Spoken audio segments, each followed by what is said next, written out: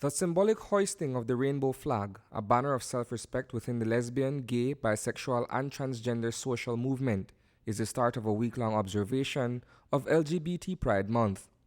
The multicolored emblem flies immediately below the Star-Spangled Banner at the U.S. Embassy in Belmopan, its hues reflecting the diversity of the LGBT community. The purpose of the commemorative month is to recognize the impact that lesbian, gay, bisexual, and transgender individuals have had on our history locally, nationally, and internationally. The rainbow flag serves as a reminder to all of us that everyone, no matter what their creed or race or sexual orientation or identity, deserves basic human rights and human dignity. It symbolizes collectively our commitment as citizens to show understanding and compassion to those who may be different than us. That sympathy and kindness, however, flies in the face of the doctrine of the evangelical church. While the gay pride standard was being winched on the flagstaff at the embassy compound, religious leaders from the National Evangelical Association of Belize were outside the gates praying. For them now to put a flag with another flag, the American flag with the LGBT flag, is sending a clear signal that they're pushing an LGBT agenda, as far as I'm concerned.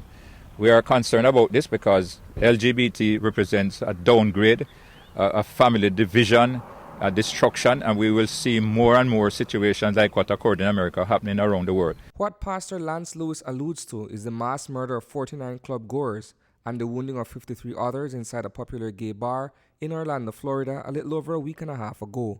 That incident is described as the deadliest mass shooting in U.S. history. It's coincidental that we're having this event. This is an event we've been planning prior to those events in Orlando.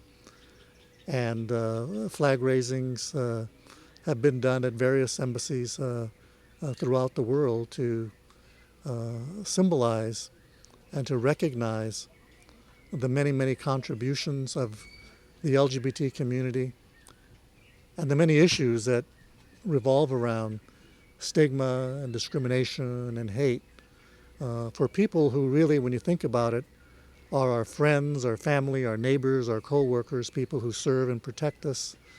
And all that the U.S. is endeavoring to do throughout the world, and not just in Belize, is to ensure that LGBT rights are accorded the same fundamental human rights that are recognized worldwide.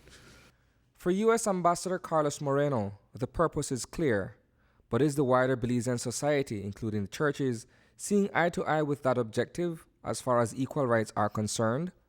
Our position is that we have separated the lifestyle of the individual from the actual agenda that they're pushing.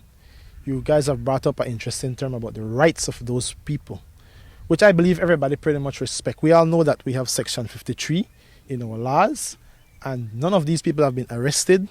None of them have been put in prison, even though that law is in the books. What we have said outrightly to the LGBT community is this: you guys want to live that lifestyle, it's a personal choice. But whenever you formulate an agenda that you seek to push in the society, to redefine it, we have a very, very serious problem with that. That fundamental issue is the reason for those litanies outside of the consulate. Those recitals were taken in stride by proponents of equal rights. A little prayer never hurts, so that was nice too. We welcome that.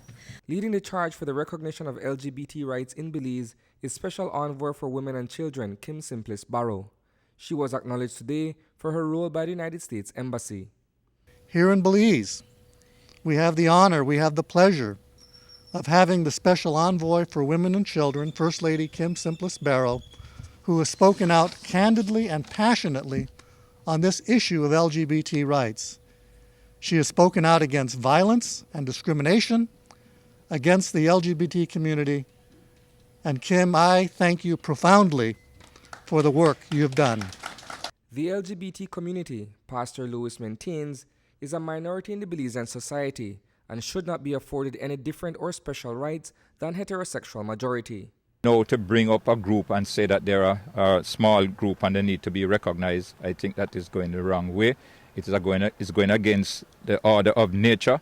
It is putting our whole family values to the bottom and putting things that are blatantly wrong and scripturally wrong to the forefront, and we are against this.